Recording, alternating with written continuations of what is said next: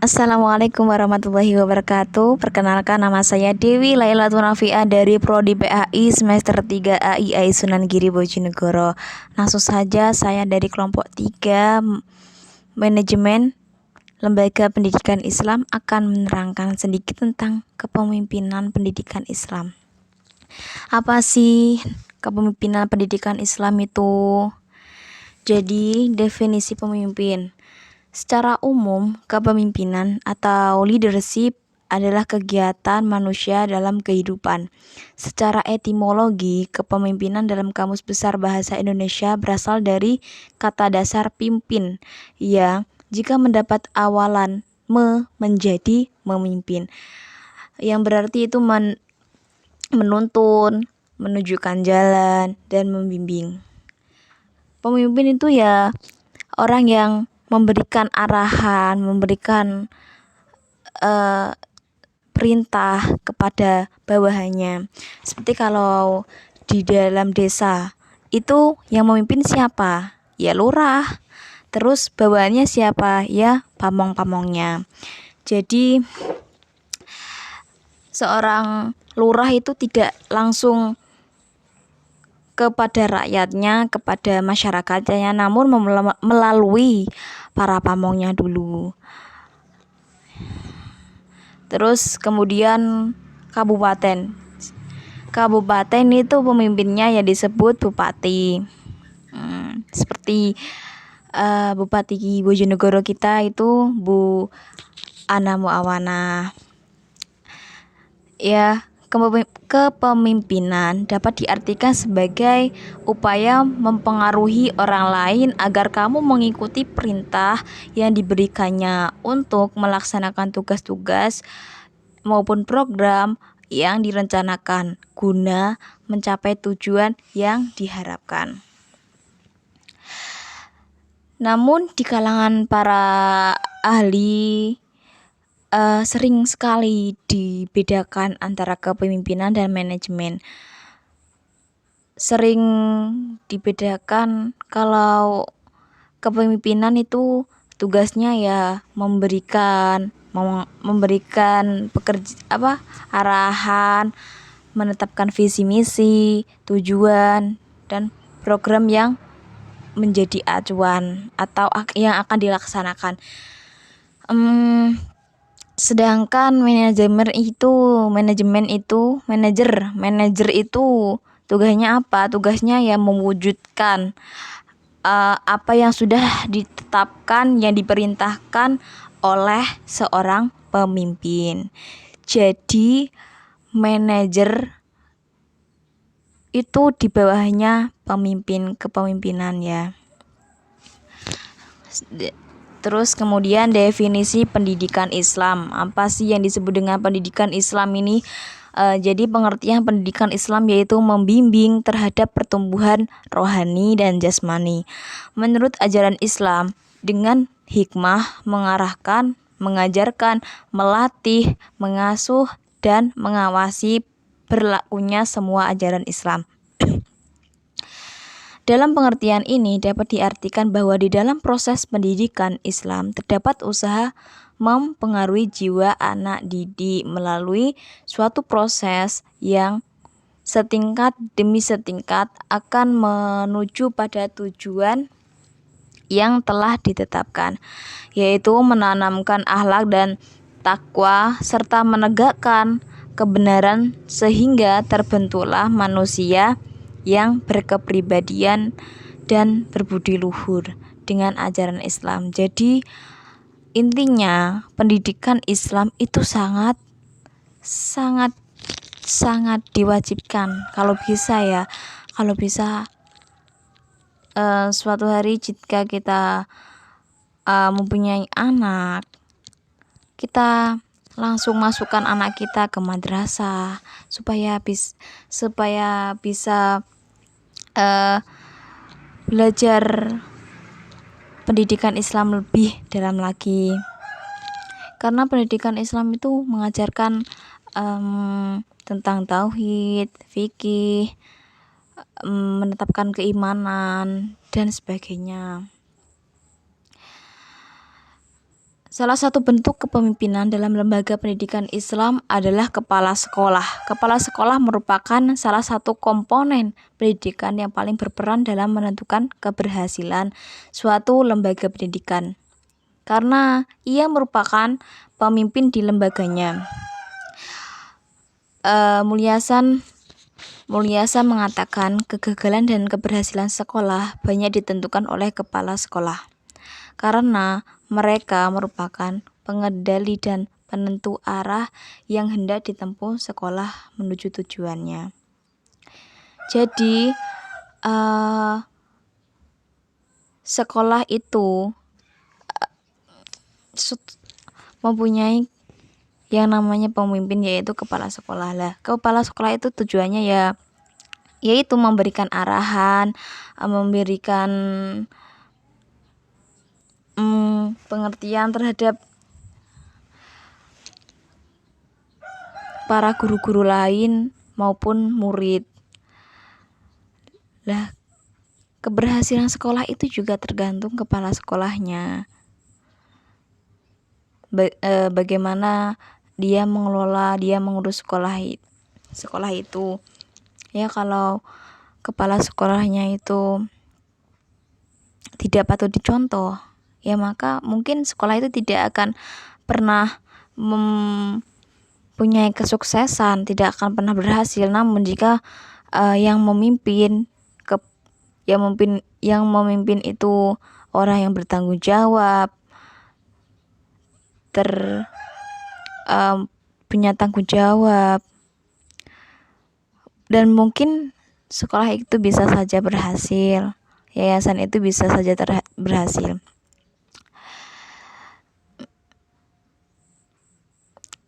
Kemudian dasar dan karakteristik kepemimpinan pendidikan Islam. Istilah kepemimpinan pendidikan mengandung dua pengertian, di mana kata pendidikan menerangkan di lapangan apa dan di mana kepemimpinan itu berlangsung, dan sekaligus menjelaskan pula sifat dan ciri-ciri kepemimpinan, yaitu bersifat mendidik dan membimbing.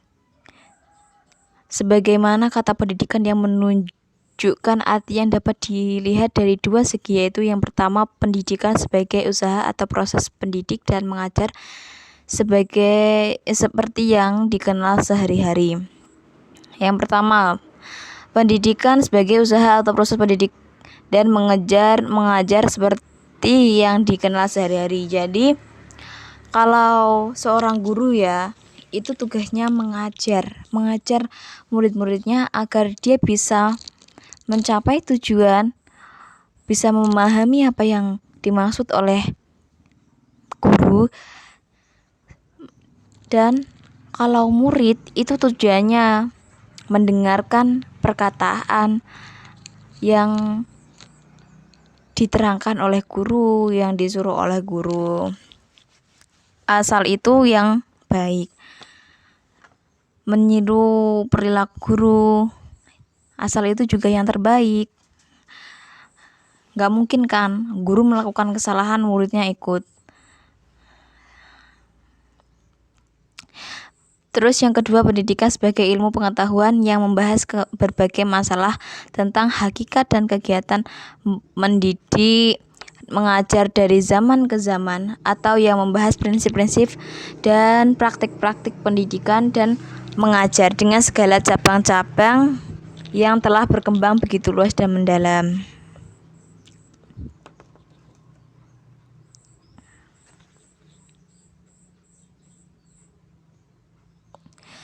Terus, adapun ciri-ciri dari seorang pemimpin dalam kepemimpinan pendidikan Islam itu sendiri adalah: yang pertama, memiliki pengetahuan dan kemampuan yang cukup untuk mengendalikan lembaga atau organisasinya. Jadi, selain mempunyai tekad yang kuat untuk memimpin orang lain, memimpin wilayah, seorang pemimpin itu juga diharuskan mempunyai pengetahuan dan kemampuan atau skill Jadi tidak hanya mempunyai keinginan saja, namun dia juga harus mempunyai kemampuan, pengetahuan. Yang kedua, memfungsikan keistimewaannya yang lebih dibandingkan orang lain. Mungkin jika seorang pemimpin itu mempunyai keistimewaan lain, bisa juga diajarkan kepada masyarakatnya itu, supaya masyarakatnya itu bisa suka, bisa nyaman dengan seorang pemimpin itu. Yang ketiga, memahami kebiasaan dan bahasa orang yang menjadi tanggung jawabnya. Jadi seorang pemimpin itu tidak hanya mementingkan kebiasaan atau bahasa orang yang dia mengerti saja, namun dia juga harus memahami kebiasaan dan bahasa orang yang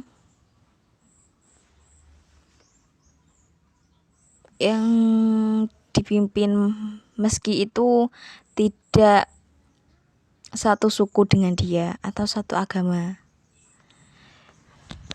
Dia harus tetap memahaminya. Dia harus mencoba bisa memahaminya. Tidak pilih kasih. Terus yang keempat, mempunyai karisma atau wibawa di hadapan manusia atau orang lain. Nomor 5, bermuamalah dengan lembut dan kasih sayang terhadap bawahannya agar orang lain simpati kepadanya. Jadi seorang pemimpin jika dengan bawahannya atau masyarakatnya harus harus lembut, harus sopan juga, tidak boleh terlalu keras atau membentak-bentak. Kalau menyuruh juga harus lembut, harus selakunya sajalah kalau orang mau meminta tolong orang lain, seperti itu. Jadi supaya dia juga disukai banyak orang, disukai masyarakatnya. Dan kemudian nomor 6, bermusyawarah dengan para pengikut serta mintalah pendapat dan pengalaman. Jadi seorang pemimpin itu tidak mengambil keputusan tidak harus dalam pemikirannya sendiri, namun dia juga harus meminta pemikiran, meminta pendapat masyarakatnya atau pamong-pamongnya, bawahannya, stafnya, supaya para staf atau bawahannya itu juga berpikir, juga mikir kalau dia itu dibutuhkan. Jadi diharapkan supaya sebelum seorang pemimpin itu memutuskan suatu hal, maka dia harus bermusyawarah dengan staf-stafnya dulu. Yang ketujuh, mempunyai power dan pengaruh yang dapat memerintah serta mencegah. Karena seorang pemimpin harus melakukan kontrol pengawasan atas pekerjaan anggota, meluruskan keliru, serta mengajak mereka untuk berbuat kebaikan dan mencegah kemungkaran. Yang ke-8, bersedia mendengar nasihat dan tidak sombong, karena nasihat dari orang yang ikhlas jarang sekali kita peroleh. Jadi jangan sok sudah menjadi pemimpin kita sudah tidak mau mendengarkan nasihat orang lain atau aliasnya sombong. Tidak boleh gitu. Kita juga harus bersedia mendengarkan apa nasihat yang diberikan orang lain, karena itu kemungkinan itu kan juga bagus untuk kita, atau kemungkinan nasihat itu juga kita perlukan gitu. Terus yang selanjutnya, untuk mencapai tujuan yang akan dicapai oleh seorang pemimpin dan anggotanya, seorang pemimpin harus mempunyai setidaknya 3 karakteristik kepemimpinan profetik, yaitu antara lain yang pertama karakter jujur. Ya, jadi kalau ingin dipercaya oleh masyarakatnya, seorang pemimpin itu harus jujur ya, pokoknya ini jujur yang harus sekali dimiliki oleh seorang pemimpin. Kalau seorang pemimpin itu sering bohong, sering tidak menepati janjinya atau sering bohong lah, ya dia tidak akan pernah disukai oleh masyarakatnya. Apalagi kalau dia berkata tidak jujur, sering bohong ya, tidak akan pernah bisa diterima oleh masyarakatnya. Makanya kalau menjadi pemimpin itu harus jujur yang pertama, pokoknya jujur dalam tingkah, perbuatan, perkataan.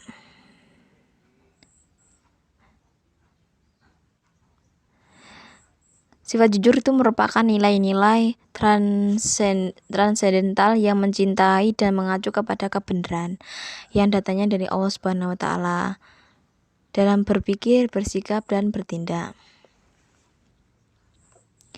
Terus yang kedua, memiliki karakter amanah, terpercaya, dapat dipercaya. Jadi kepemimpinan menghadirkan nilai-nilai bertanggung jawab, dapat dipercaya, dapat diandalkan, jaminan kepastian dan rasa aman. Kalau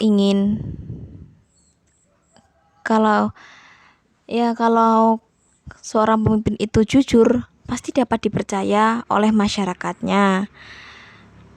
Begitupun sebaliknya, kalau seorang pemimpin itu ingin dapat dipercaya, maka dia harus jujur ya. Terus yang selanjutnya, memiliki karakter tabligh atau menyampaikan. Kepemimpinan menggunakan kemampuan komunikasi secara efektif, memiliki visi, inspirasi, dan motivasi yang jauh ke depan.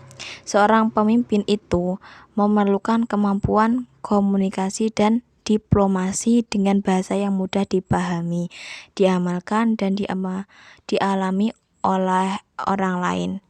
Sosok pemimpin seperti karakter nabi dan rasul, bahasanya sangat berbobot, penuh visi, dan menginspirasi orang lain. Maksudnya jika seorang pemimpin itu selanjutnya itu harus memiliki sifat karakter tabligh, menyampaikan hal-hal yang bermanfaat untuk masyarakatnya. Terus yang selanjutnya, memiliki karakter fatonah, cerdas. Jadi seorang pemimpin itu harus mempunyai kecerdasan baik intelektual, emosional, maupun spiritual, kreativitas, peka terhadap kondisi yang ada, dan menciptakan peluang untuk kemajuan. Jika menjadi seorang pemimpin tidak cerdas, apa yang bisa dimajukan? Jadi seorang pemimpin itu harus cerdas ya, cerdas dalam baik intelektual, emosi. Kalau seorang pemimpin itu tidak cerdas dalam emosi, maka dia kalau mempunyai masalah sedikit, dia bisa saja emosi lah. Emosi itu bisa saja dilampiaskan oleh orang lain kalau dia tidak bisa mengatur emosi. Terus memiliki karakter istiqomah atau konsisten, teguh pendirian. Jadi seorang pemimpin itu harus mengutamakan perbaikan berkelanjutan. Pemimpin yang istiqomah adalah pemimpin yang taat peraturan, tekun, disiplin, pantang menyerah, bersungguh-sungguh dan terbuka terhadap perubahan dan pengembangan. Jadi dia teguh pendirian, tidak goyah hanya karena orang lain atau hanya karena masalah sedikit. Dia tidak goyah, istiqomah, tetap konsisten memajukan apa yang dipimpinnya. Yang selanjutnya memiliki karakter mahabbah, cinta, kasih sayang. Jadi seorang pemimpin itu memiliki cinta untuk masyarakatnya, memiliki kasih sayang sesama yang dia pimpin. Kalau bayangkan saja kalau seorang pemimpin itu tidak mempunyai cinta atau kasih sayang untuk masyarakatnya, pasti yang akan terjadi apa? Ya dia akan mengacuhkan masyarakatnya, tidak memperdulikannya.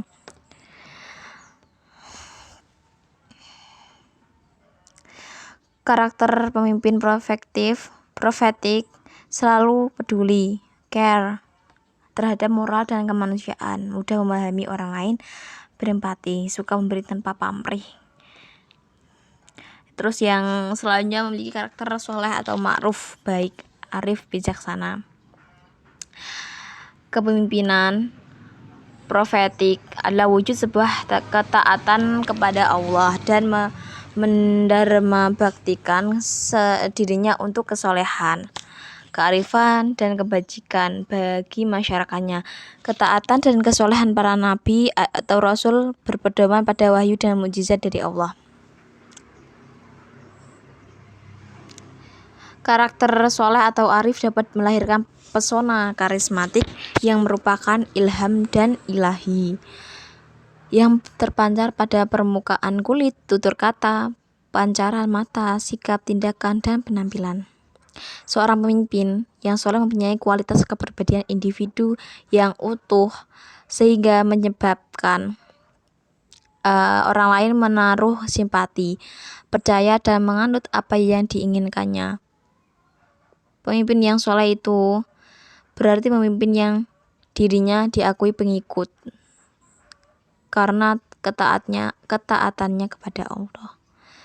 Jadi kalau bisa ya, seorang pemimpin itu harus mempunyai sifat yang soleh, ma'ruf, baik, arif, bijaksana. Jadi dia adil, bijaksana terhadap siapapun, tidak pilih kasih juga, supaya dia juga disenangi oleh masyarakatnya, supaya digandrungi, supaya dia dapat dicintai oleh masyarakatnya. Nah, kesolehan seorang pemimpin itu juga bisa diajarkan, namanya juga soleh ya. Seorang kepemimpin jika soleh, dia juga bisa dia kan bisa mengajarkan agama oleh masyarakatnya, itu pun bisa. Ya intinya kalau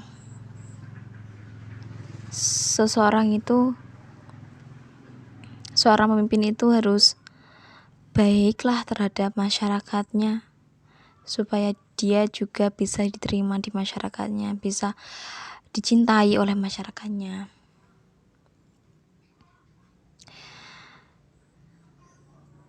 Cukup sekian penjelasan dari saya. Kurang lebihnya saya mohon maaf yang sebesar-besarnya. Akhirul kalam, wallahul muwafiq ila aqwamit thoriq. Wassalamualaikum warahmatullahi wabarakatuh.